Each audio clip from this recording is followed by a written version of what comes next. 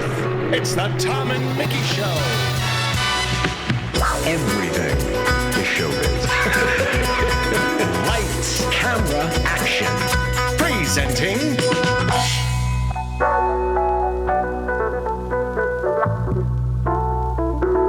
Now, will Mayor Winston be delivering a eulogy at the memorial?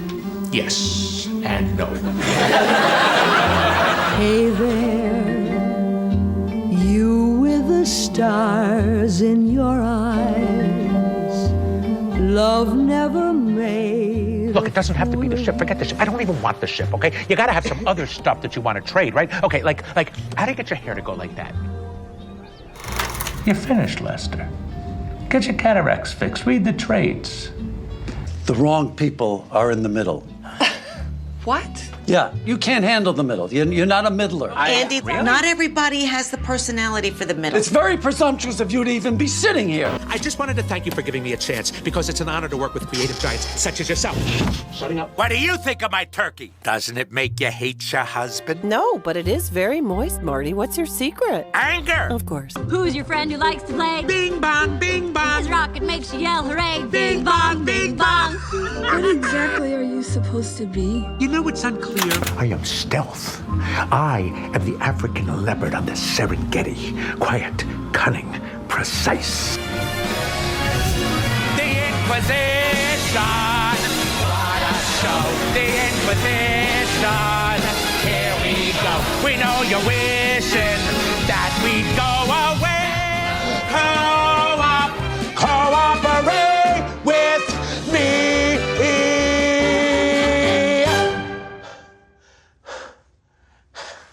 All right? Try a duo Allegro. It was a rainy night, and you were about to grab your umbrella and go, and Michael Feinstein got up at the piano and started playing. Hell? And I think you like just dropped your umbrella and said, well, I'm not going anywhere. I'm not going anywhere. I mean, this is saving me a mortgage because that's how much it costs to get a table and have a night at Feinstein's. So I can. Oh my gosh! But well, Michael works on so many levels. First of all, he's a very nice man. Yes. He truly is. Absolutely. A mensch of a mensch of a mensch of a mensch. Secondly, he's a scholar of what he knows. Yes. He knows everything about what he knows. Everything. So thirdly, it's the music I love. Yeah. Everybody goes, oh, Springsteen or rap music or whatever it is today. No, I like what he plays. Yeah. That's what I love. It's what I was raised on.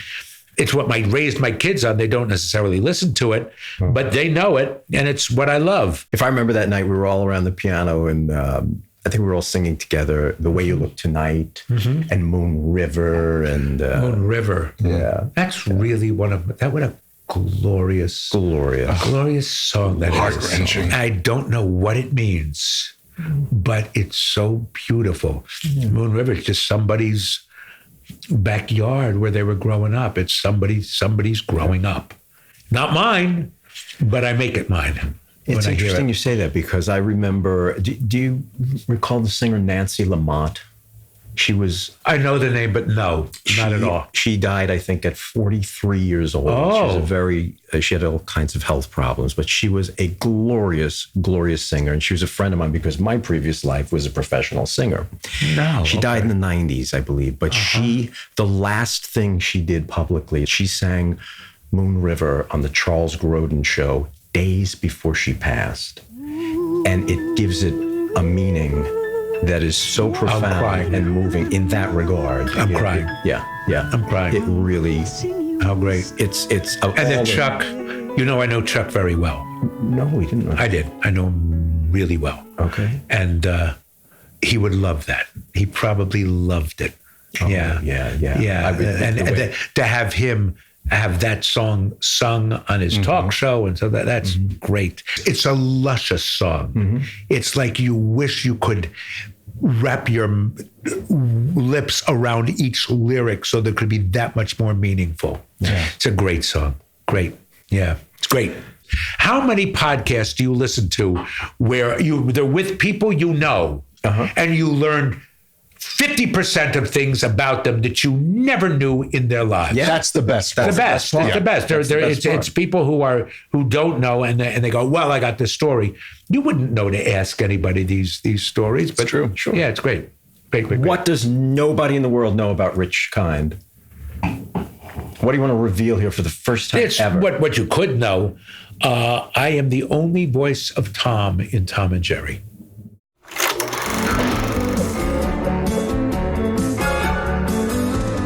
I'm Tom. I'm Jerry. You talked! Well, sure I talk. What do you think I am, a dummy? You said it. I didn't. Hey, you little pipsqueak. I ought to know. We two, we're friends to the end. Ain't we, my friend? After 1943, when Tom and Jerry were created by Hanna-Barbera, I was the voice of Tom. We're a team. You'll never find two other guys. It was Henry Mancini's last score. I went to his house. He sat at the piano and played.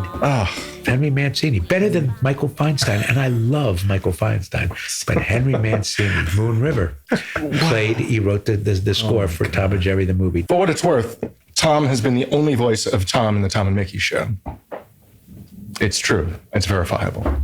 You've been the only voice? They cut you only out? voice of Tom.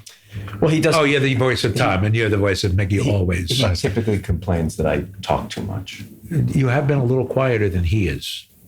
Is that just giving him And do you know what I had to do? What?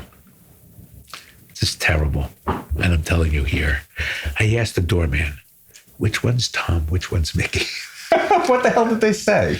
They go, the older one. Don't. But you look older Chris, because you're of the fired. Hair. Right, because of the hair. Because of the hair. The hair. You look older because of the hair. You know have what? great hair. It's fine. It is fine. It's fine. You're younger than me.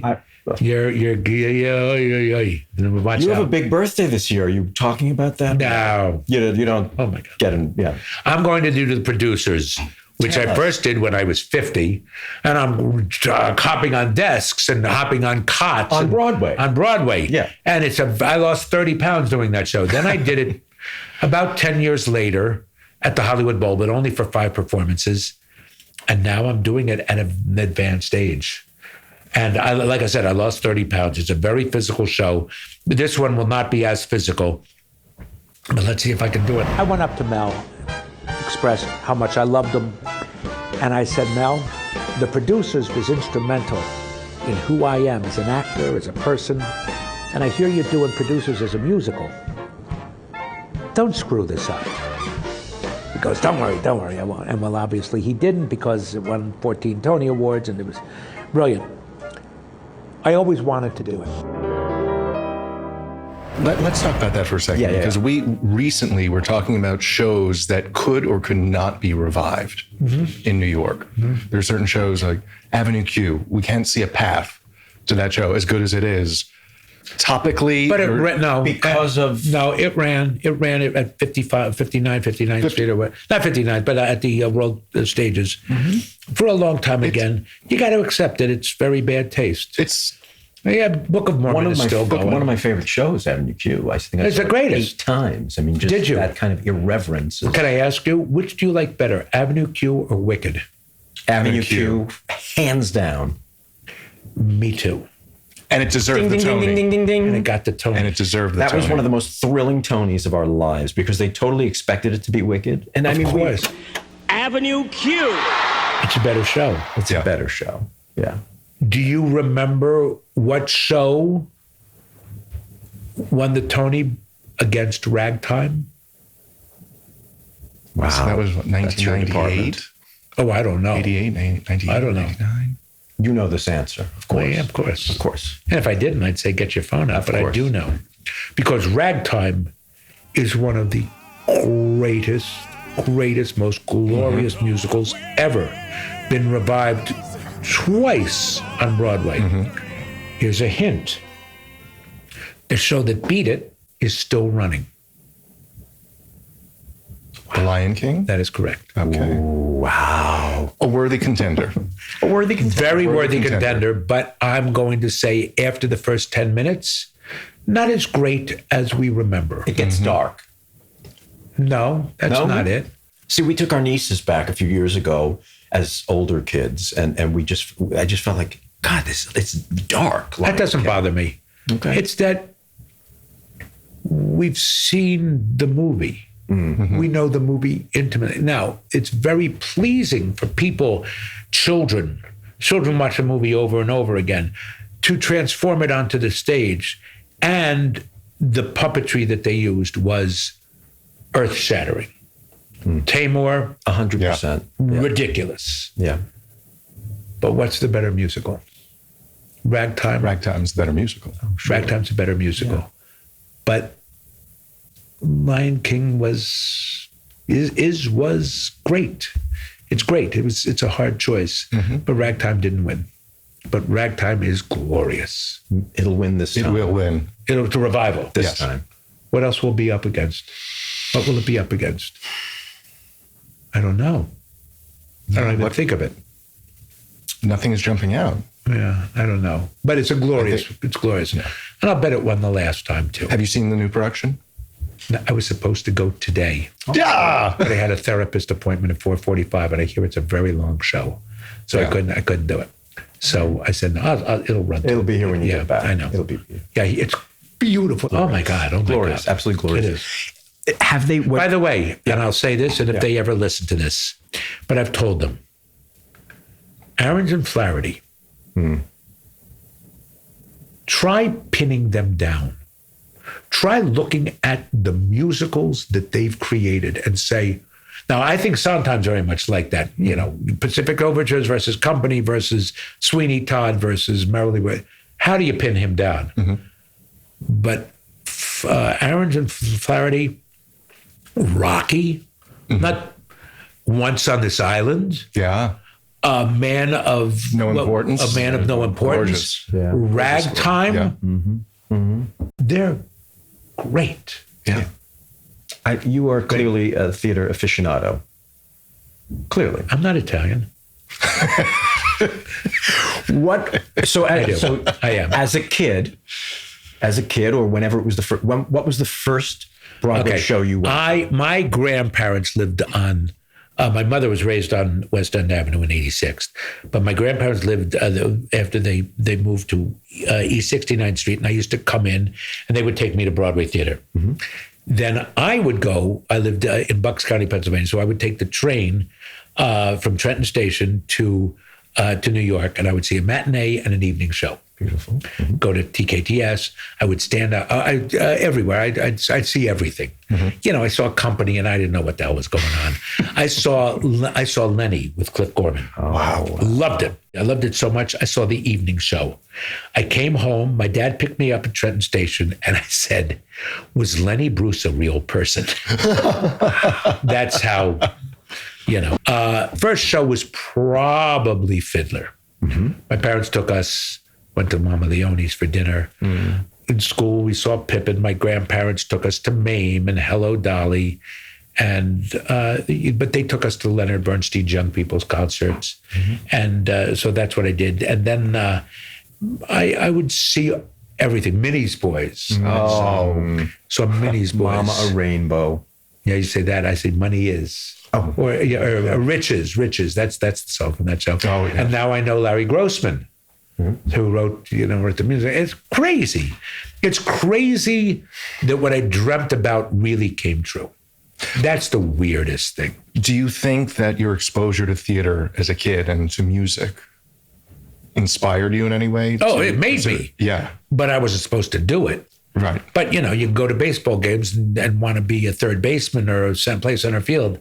Have you ever had those words said on your show? Never. Okay, but that. Or want to be Mick Jagger. Has Mick Jagger ever been mentioned on the show? But kids want to be that when they're lying on their pillow at night and go, sure. I want to be, I want to play for the Yankees. I want to be a rock star. My dream, literal, was to be in an original Sondheim Prince show. That's my dream. That was never going to happen. Being an actor was never going to happen. That would never happen. I was supposed to go into my dad's jewelry store. That's what I was raised to do. That's what kids in my neighborhood were raised to do. I was an outlier. I was an aberration. It was not supposed to happen at all. And what was the out track from the jewelry store? It was my dad's best friend. Sunday afternoon, January sometime, we're watching football with my dad's best friend, Uncle Steve Holzman, who lived 2 doors down. And he said, go try, I was supposed to go to law school, I was going to go to U of P, go be an actor for a year. Because when you're 40, he said, when you're 40, you'll resent your wife and your children. So try it. And I did. And that's all he said. Gave me no other advice, but try it. Go and do it. And I tell kids now, go out and fail. Yeah. You know, but who knows? You might succeed. You might succeed at failure, but you might succeed at what you tried. And I tried, and I was good. I wasn't really good for about 20 years. A really good actor, but I was working all the time, but I wasn't any good. And then I became good. So I've been good for about, let's see, about 25 years. And you're still working Well, I'm working more than ever. All the time. Yeah. But I'm a character actor. I don't get paid as much. I should be much wealthier. Yeah. When we the CBS Sunday Morning piece that we watched a few months ago when that was on, we're sitting and watching it, and the topic came up about, you said it, because otherwise I wouldn't bring this up, but you said... parsley on a meter plate. No, that was great. But the question came up as to how much you got paid for your first appearance on Curb Your Enthusiasm. Oh, yeah. And before the answer came out, I turned to Mickey. I was like, I remember that. 10,000. Oh yeah, I've heard 100,000. I think it was $700. $700 on the first one. Well, it wasn't Curb Your Enthusiasm at the time. I was just a guest. They paid for my airfare, and I think they put me up in a hotel. But yeah. Don't be a putz. What are you talking about? I don't know what you're talking about. There's no logic. Why, you come to town, you give me a call. Just if call. I can't see you, there's no point in I calling. didn't want to see you. What is the matter with you? You know what? You're a character actor. You enhance a thing, but those people sell a show. I don't sell a show. I make it better. But they don't necessarily care about better. And I mean that. They don't care if it's better. They just want it to sell. Sure. And we know that stars, famous people will sell something, so that'll make it successful. And it does. You'll be happy to know we were on the first reality TV show for New York City real estate before it all became debaucherous ridiculousness. It was called Selling New York on HGTV. Oh. And at the beginning, this was in 2010. Or so, 2010. I think we got paid $300, which I guess looking back that wasn't so bad. But by the end of it, but an episode became popular. Well, it would take 24 hours of shooting to capture 11 minutes. Sure, because they did it with one camera to not spend money. You're telling me this? Yeah. So 24 hours of shooting, and then it's like, and here's your $300 and your per diem for a pastrami sandwich. But then it went up because we got them Joan Collins. What do you mean? We were selling her apartment on East 57th Street. Whoa! And we went to her and said, it wasn't any big palace. It was about a $2.5 million apartment. But back then, that's a decent price. Yeah. Okay, but go ahead. So Joan, basically, we got a full-on staging job, $100,000 worth of staging. It was a whole to-do. $1 million worth of staging. $1 million, I'm sorry, times 10. $500,000 in rugs alone. It was. And she got to keep it? No. But so what happened was, at the time, the show was very popular, and we went. At the time, it was popular? Selling New York. When you went on, it was popular? Yes. You should have asked for more money. Well, we eventually did. Got more money. But basically, we went to Joan and we said, they want you to do the show. She said, oh, darling, they ask me all the time to do reality TV. I would not ever appear on reality TV. I said, Joan, it could help sell the apartment. I'll do it. Absolutely. Actually, I think she added to that. Shall I open up my family album? She's a hoot. I mean, she's a hoot. But I remember my wife got a gorgeous, gorgeous wedding dress. Gorgeous Vera Wang. If they could photograph the wedding. And they did. It was really nice. Yeah. They enhanced the wedding. That's right. Let's put it that way. And it was a gorgeous wedding at the boathouse in Central Park. One of our favorite places. It was great. It was a Great wedding. I'll tell you a funny story is that we were doing a last minute. Our wedding planner said, okay, I'm going to give you a tape. Watch some of the bands. Do not watch the first one because they're way out of your price range. Well, we saw the first one. And that's who we wanted. It was called New York Swing, I think. So she said, how many pieces do you want? I go, what do you mean? She goes, well, you can have 9, you can have 15, you can have 22. How many do you want? I go, give me 9. Give me the horn and the drums and the percussion and the singer and that was it. When they found out that George Clooney, Heather Locklear, Michael J. Fox, Hank Azaria, Helen Hunt, blah, blah, blah, blah, blah, blah, blah, blah, we're all going to be there. We had over 26 pieces. We had five singers. The New York Philharmonic. It was great. It was the best dancing. Everybody was dancing the whole wedding. And that's what makes a wedding. Yes. True. Yes. That doesn't make a marriage. No. Because we're not together. But no. She's great. She's great. We're very, very amicable. Beautiful. Great woman. Yes. Great. And a great mother with great children. Very lucky. Who could ask for anything more? Yeah. So if they say, would I have done it again? Of course, because of the kids. And for $300, would you have done it again? Of course. Sure, of course. Yes. Yeah, you don't know. Yeah. What do your kids do? They're all 3 are in college right now. Oh, in college. So what does Daddy do? He works as much as he can to pay for college. Okay. Got it. Sadly, my daughter's in public health. She's fantastic. My daughter's fantastic. And then I have twins she's 23, 21. 2 of them are graduating this year. The 21-year-old's going to, as another year. She'll be probably, my guess is a therapist. She might not, I don't know. I always say it. And she goes, Daddy, that's not.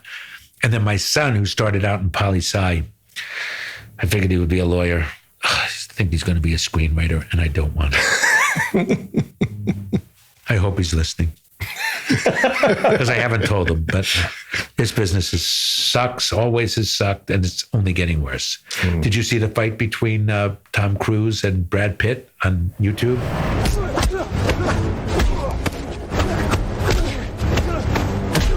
20-second clip. That was an AI thing, wasn't it? That's correct. Oh, yeah. It's fantastic. Is it really? It's great. I haven't seen it. It's great. Brad Pitt and Tom Cruise fighting. It's great. So we should watch it? For 20 seconds, but it's the end of our business. Oh. It's the end of our business. Oh. I get it. Oh my God! Is there no end to your madness? No. You're lying. No. You're lying to your own father's face. Yeah. But there'll always be time for podcasts. God bless it. That's true. Actually, I think that theater it'll be a shot in the arm for theater. I think people, even young people, will yearn for seeing real people, I think. I think that they will crave things that are not just, on their phones, they get cutaways and a 20 seconds take, or, the go cut. And I think that they will enjoy theater, that there's an arc on stage that they'll be able to see. I think that's always been true, which is why radio was a threat to theater, television was a threat to radio, movies were a threat to theater. I mean, these have always theater been. has always sustained. It's tough. It really is. And prices are outrageous. That's what it's mind-boggling, and the disparity.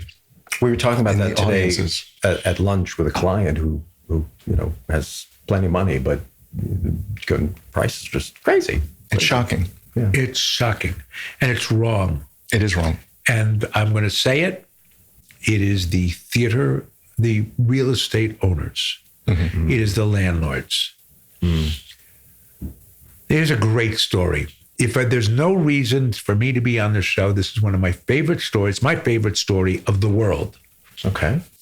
Wow. It's attributed to Kurt Vonnegut and Joseph Heller. I doubt it was them, but let's attribute it to them. They're at a party in Long Island at one of those gorgeous, gorgeous houses that you always get invited to.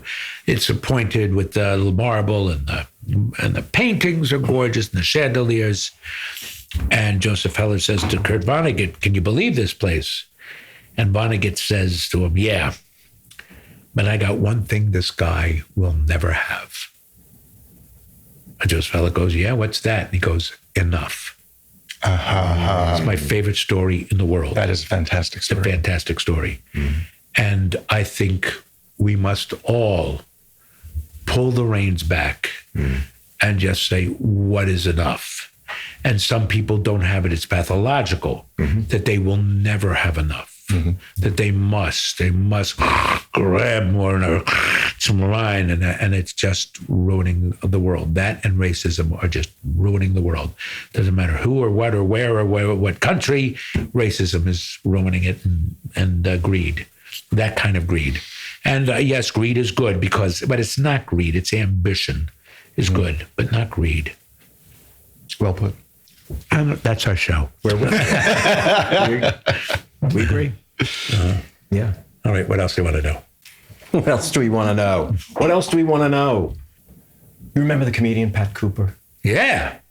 Love him. So in my previous life, I was a singer, professional singer. Mickey produced theater, as you know, because that's how you guys met with Xanadu. Years in the day. 20 years. When I did the reading? Yeah. 20 can you imagine? 20 Doug years Bean? ago? Wow. And I always laugh. I said, my part was stolen by Ben Vereen because we go up against this thing. But Tony Roberts did it, who I worked with. I loved Tony. And Tony gave me the best advice as an actor. I was taking over for him in Tale of the Allergist's Wife on Broadway, and he left a note on my dressing room mirror. And if you know the play, Marjorie is a shrewish woman. You don't want to know her. She's a Upper East Side, or could have been West Side, but one of those privileged women, who goes to the symphony and knows the book clubs and is just not hateful, but just enough of you. And he left a note and he said, love your wife. I played her husband. He goes, if you love your wife, the audience will love you and they'll love her. And he's right. And I think you should apply that to every role you ever do. Even if you're Stanley playing opposite Blanche Dubois, you should love her even though it doesn't come out in the dialogue. That's what I believe. I think it makes for better drama. That's great. But what about Pat Cooper? My little aside was that, so in my previous life, I did an opening act for Pat at one of the casinos in Atlantic City. I went on in front of him to warm up the crowd. And sure. A sweet guy, absolutely sweet. And I did that for Joan Rivers and Phyllis Diller. And it was just all three of them actually were lovely people, because the star of the show doesn't need to hang around and be nice to the guy who opened it up. But Pat Cooper said something to me, and it just made me think when we were preparing to speak to Rich today and maybe you have this philosophy. He said, kid, take every gig. Don't say no to gigs. Me too. That's everything. By that but keep going. He said that. He said, take everything. Yeah. Especially when you're young. Yeah.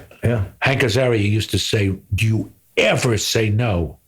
And when I tell you I never say no, I'm including student films, independent films.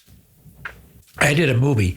It's coming out now. I don't even know the name of it. I wish I could publicize, but I don't know it. This kid, he's a car salesman. He raised enough money to make a movie. And he asked me to play his father. I go, yeah, I'll do that for you. It's a gift. The scenes were fine. That's easy. I think it was 1, maybe 2 days. Easy. And this kid, his heart is in it. It could be a piece of shit. Nobody's going to see it. Well, I'll do that for you. Why not? Okay. Now, if you're paying a lot of money, yeah, I'll do it.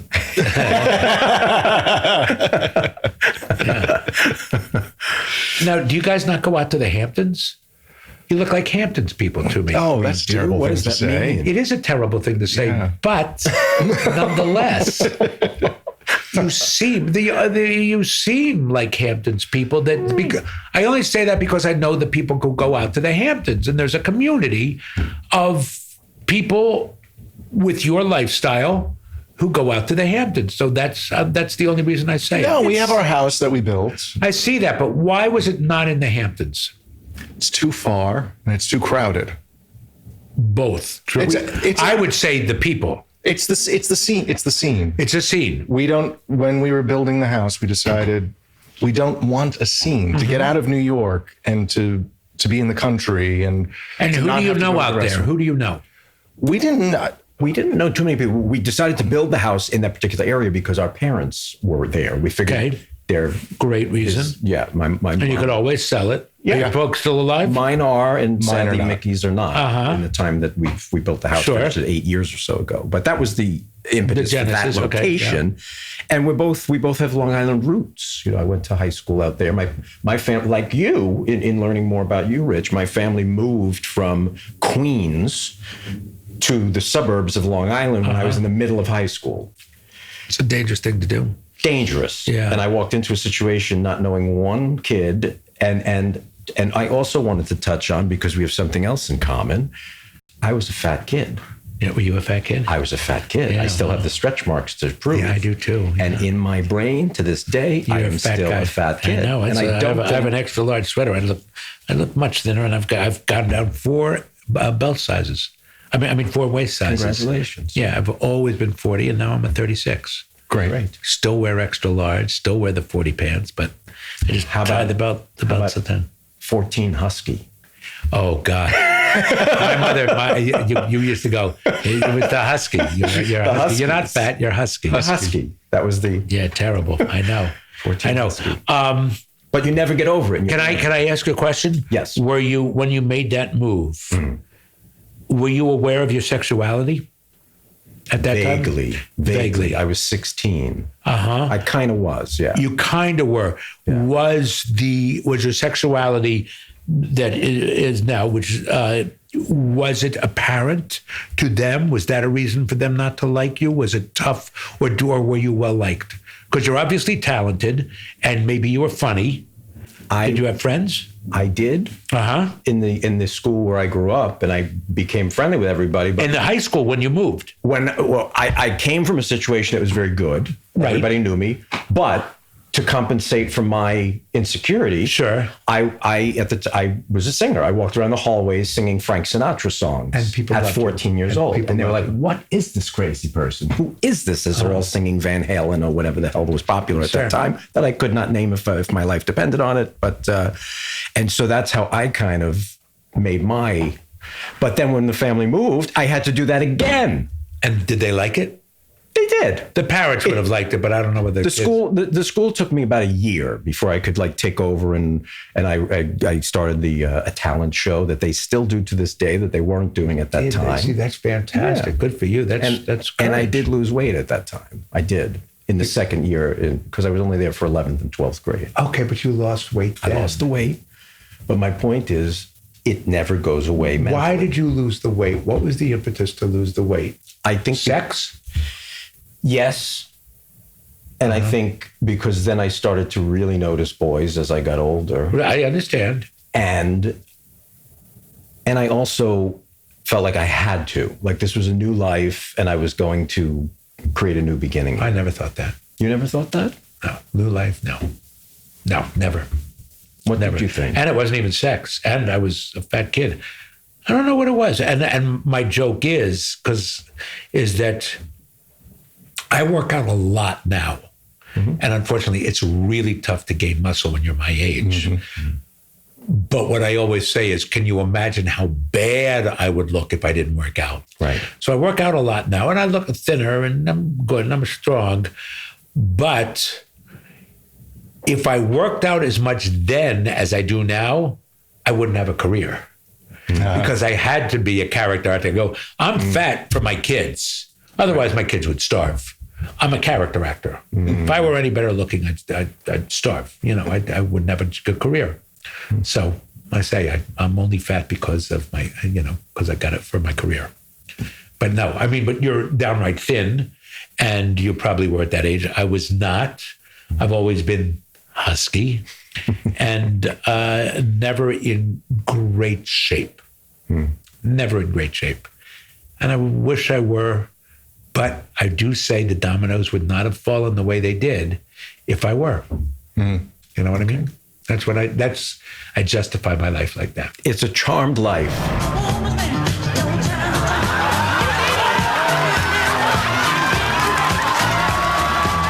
Oh, I have a Chardonnay? Yeah. Oh, my God. Yeah. Oh, my God. Yeah, I get wine during podcast. We have 2 more topics, and then we're taking you to dinner. John Mulaney.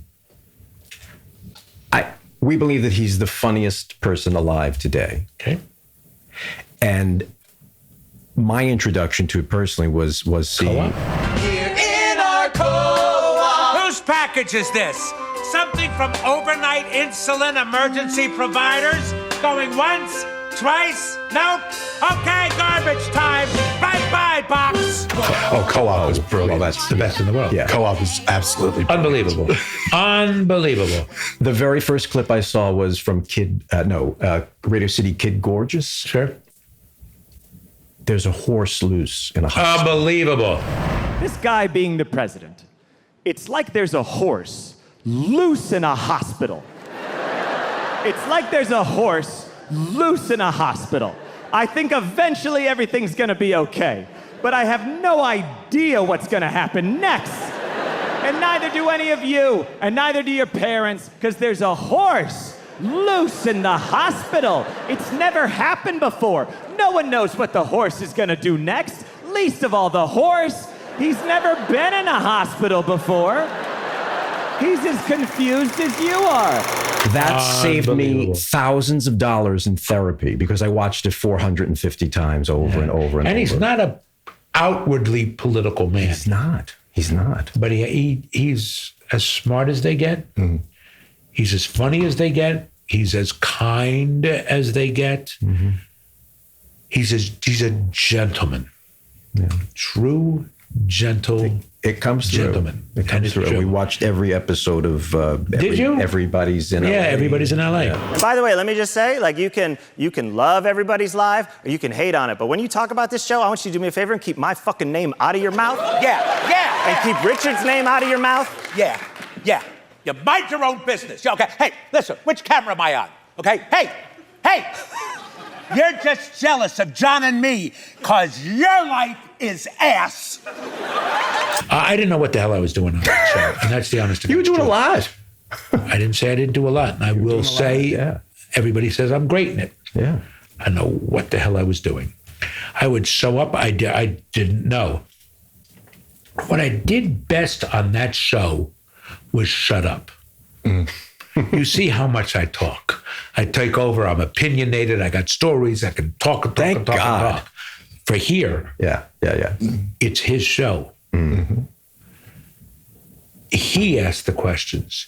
He makes the jokes. He interacts with the guests. What I said was, limit yourself to one question with a guest. Even if I had 60 questions, one question.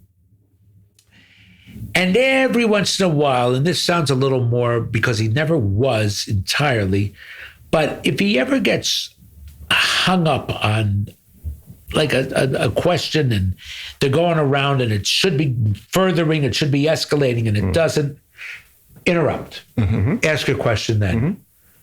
But I kept it at a minimum. My best thing was I kept my mouth shut. And it was John Mulaney's show. Mm-hmm. I was the sidekick. Now, I can give you an example of something that didn't work out, and it should have, but I didn't let it. Conan O'Brien, who's a friend of mine, and I know, and I love Conan, and he could do this because he knows me. He was a guest on the show when they were talking about that they said, how do you know that dinosaurs lived like that? Like the Museum of Natural Dinosaurs. How do you know that they lived that long? And these scientists know all the thing. And they both agreed with that. And I had a question.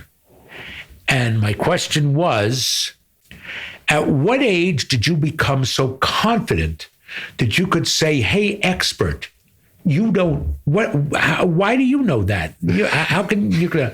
I mean, they were really sort of ballsy. I'm the kind of guy who says, oh, you're an expert? Oh, okay, blah, blah, blah.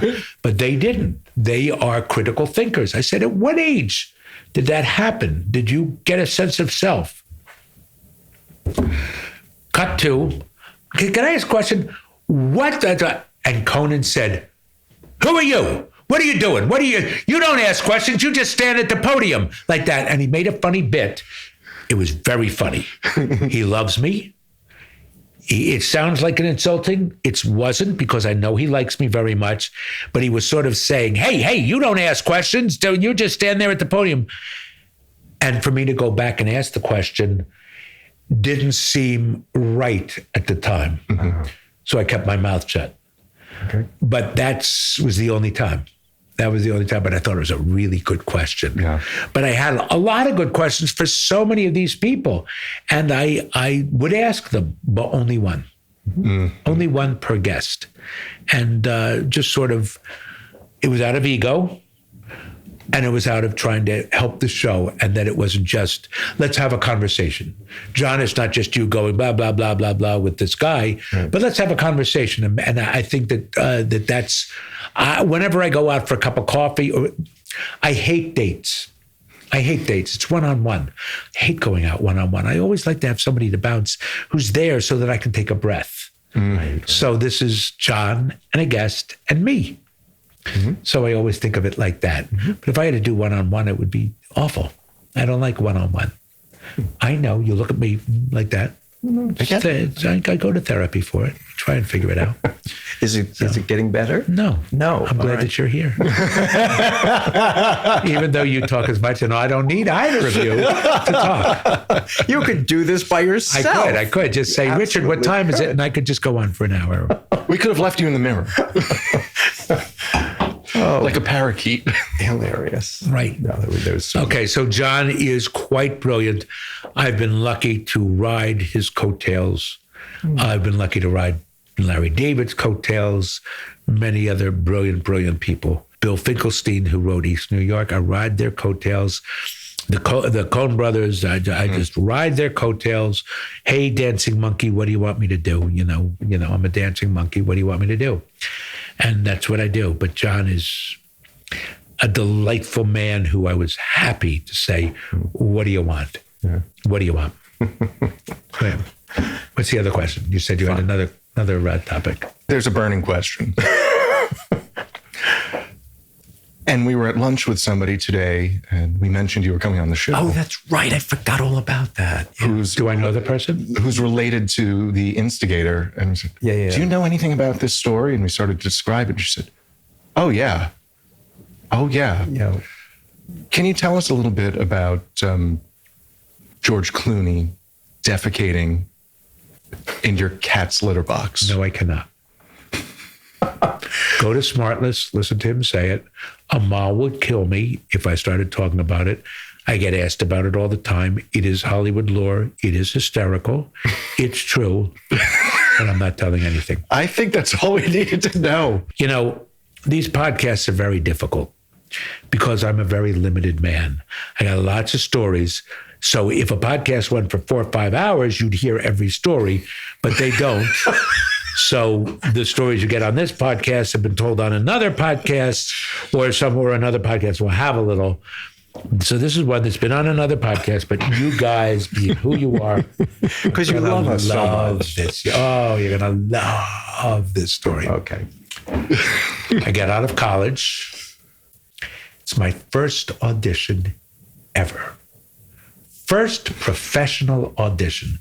I'm going to name the play. You'll know it, and it's not that famous. Drum roll. I'll name the origin. What was the movie, the Broadway play, based on the movie Buona Sera, Mrs. Campbell? Written by Burton Lane, original score, I believe starring Georgia Brown, directed by José Ferrer. Do we have a lifeline? It's called Carmelina. I don't know. Carmelina. Carmelita or Carmelina. Carmelina. That's what it was called, based on Buona Sera, Mrs. Campbell. 1978, my first audition. I go, Showbiz magazine. You remember Show Business magazine? Yeah, sure.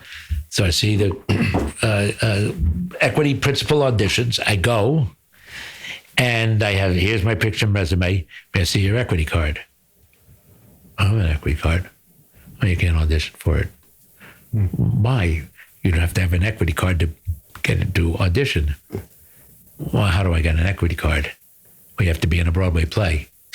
How do you get in a Broadway play? Well, you have to give it. It was a real catch-22. Truly. Have to have an equity card to audition. How do you get the audition? You got to have an equity card. It was ridiculous. However, we're going to have auditions at 5:00 this afternoon. So if you want to come back then, we're having open calls. Well, I wanted to show this monitor that I really was going to be an actor. I show up at 3:30. I don't know. I have my picture and resume. Give it to it. It takes place in Italy. Carmelita was the Italian woman, and they were all coming back to the town.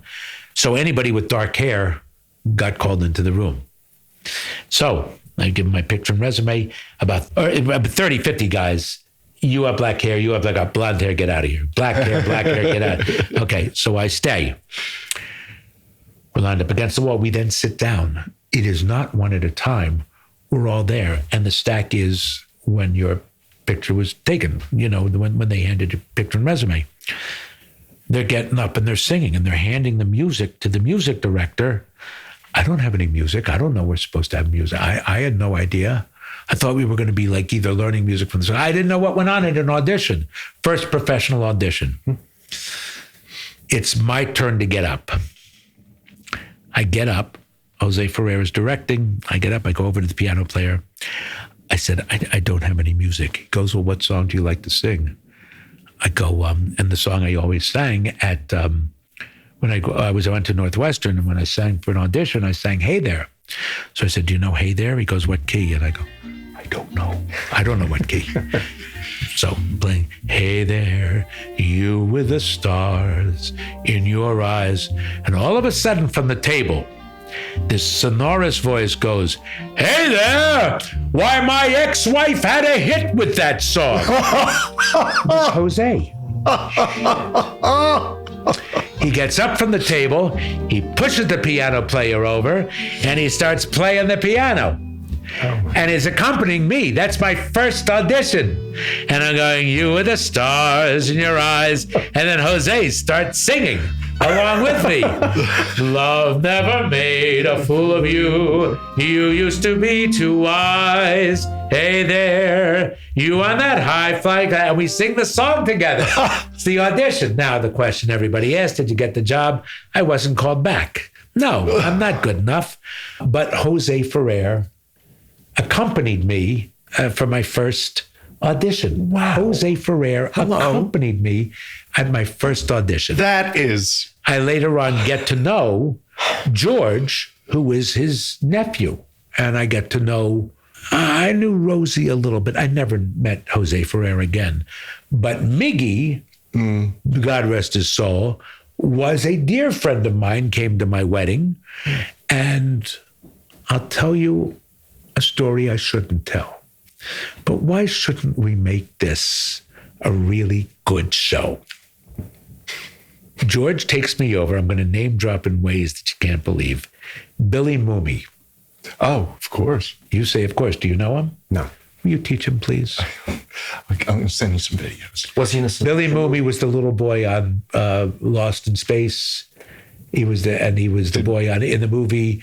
Oh, do you remember the Twilight Zone kick the can? That's the best, one of the greatest episodes. But anyway, Billy Mooney was a very, very renowned child actor. Continues to be a great actor, great musician, and a great comic book writer. He's great. He's great and a great guy. But he's having a pool party for the guys, for George and all the friends, at his house. All of a sudden, over in the corner is Miggy changing into his bathing suit. And I'm craning my neck over like this as he's changing. And George comes by and goes, what are you doing? And I go, well, I heard that José was very well endowed. And I want to see if it's genetically passed down. And George goes, Miggy, come over here. And he does things with his cup. You listen to me. While I will admit to a certain cynicism, the fact is that I'm a naysayer and hatchet man in the fight against violence. I pride myself in taking a punch, and I'll gladly take another because I choose to live my life in the company of Gandhi and King. My concerns are global.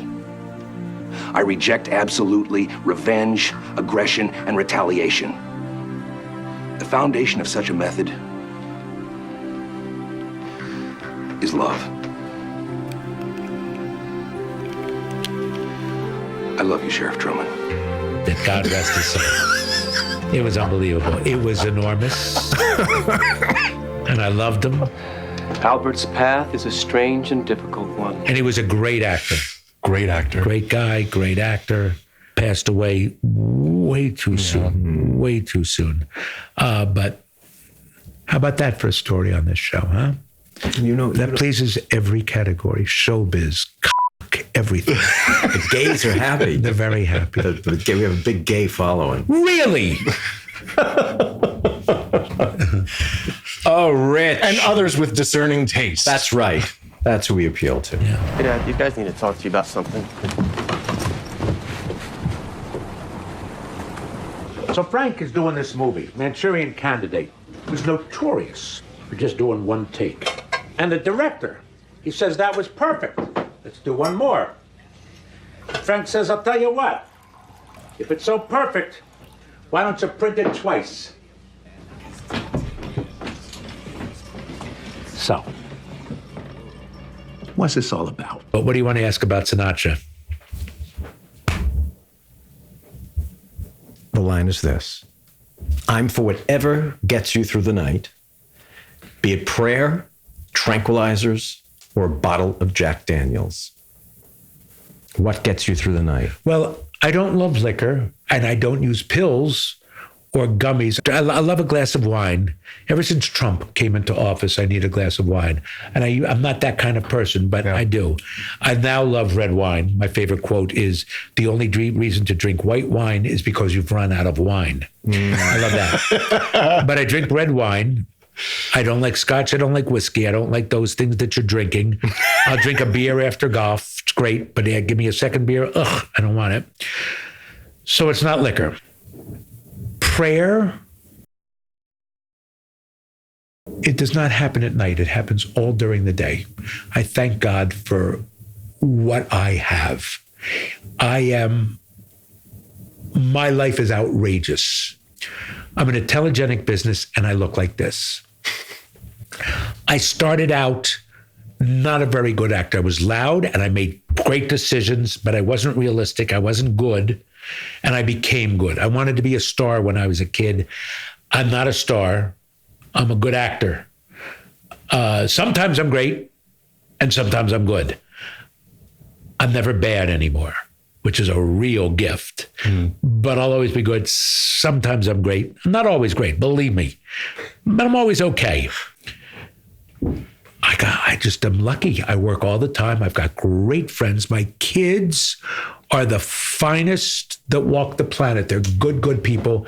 I have many blessings. So those prayers came through, and I thank God for everything I have. Amen. So it doesn't come at night. What I do at night is I put the phone by my head. I don't listen to, I'll listen to political pundits and I fall asleep. And then I wake up and I start listening to something and I fall asleep.